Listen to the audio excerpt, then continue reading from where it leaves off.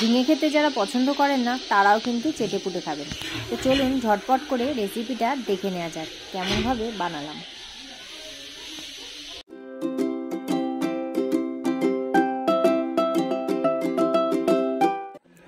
ঝিঙে শুকিয়ে গেছে, ঝিঙেগুলো একদম শুকিয়ে গেছে, বুড়ো হয়ে গেছে। পটল কি পেকে গেছে, ফেলে দিতে যাচ্ছেন? একদম না, সবজির কিন্তু অনেক দাম, তাই ফেলে না দিয়ে এইভাবে বানিয়ে খেয়ে দেখুন, দারুণ টেস্টি হবে। তো ঝিঙের যে এই যে শিরগুলো রয়েছে, এই শিরগুলোকে হালকা করে ছাড়িয়ে নেব। ঝিঙের যে এই যে মোটা মোটা শিরগুলো রয়েছে, এই শিরগুলোকে ছাড়িয়ে নিয়ে, আর পটলের হালকা হালকা করে খোসা ছাড়িয়ে নিয়ে এইভাবে বেটে খেয়ে দেখুন, দুর্দান্ত লাগবে। অনেকটা ভাত খাওয়া হয়ে যাবে, আর যারা না ঝিঙে পছন্দ করে তাদেরও দারুণ লাগবে। তো চলুন এইভাবে কিভাবে বানাচ্ছি রেসিপিটা দেখে নিন।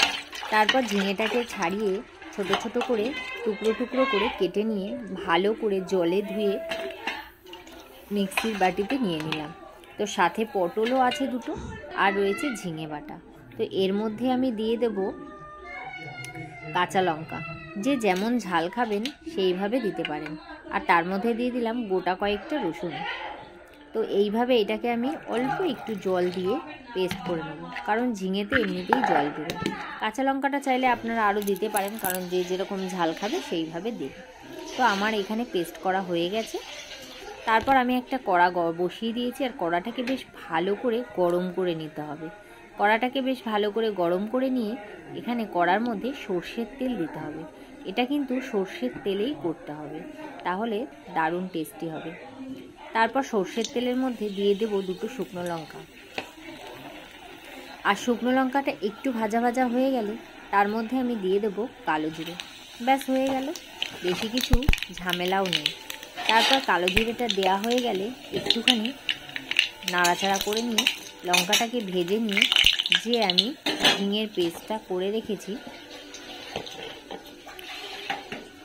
এই ঝিঙের পেস্টটাকে আমি কড়ার মধ্যে ঢেলে দেবো।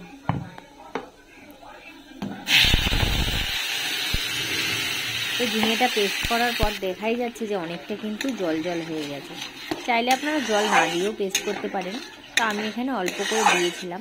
তারপর এটাকে আমি ভালো করে নাড়াচাড়া করে নেব। এটাকে কিন্তু সবসময় হালকা হালকা করে নাড়তেই হবে। তারপরে এটাকে অল্প অল্প করে নাড়তে নাড়তে এর মধ্যে আমি দিয়ে দেব লবণ, আর এইটা কিন্তু দিয়ে নাড়াচাড়া করতে হবে। আর নুনটা কিন্তু খুব আন্দাজ মতন দিতে হবে, কারণ এটা কিন্তু শুকনো হবে, শুকিয়ে গেলে না হলে কিন্তু নুন পোড়া হয়ে যাবে, তাই অল্প পরিমাণে নুন দিতে হবে। সামান্য দিয়ে দিলাম হলুদ গুঁড়ো। তারপর এটাকে ভালো করে নাড়াচাড়া করে নেব, আর গ্যাসটাকে একটু আস্তে দিয়ে বেশ আস্তে আস্তে করে নাড়াচাড়া করলে এটা বেশ শুকনো শুকনো হয়ে আসবে। তারপর এটার মধ্যে স্বাদটাকে ব্যালেন্স করার জন্য আমি দিয়ে দেব সামান্য পরিমাণে চিনি, একদম অল্প করে।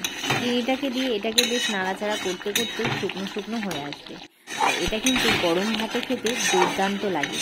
যারা ঝিঙে খায় না, পটল খায় না, তাদের জন্য কিন্তু অসাধারণ লাগে, বুঝতেই পারবে না যে এটা কী খাচ্ছে। তো আমি এটাকে ভালো করে নাড়াচাড়া করে নিয়ে দেখুন প্রায় শুকনো শুকনো কিন্তু হয়েই গেছে। তো হয়ে গেল আমার প্রায়।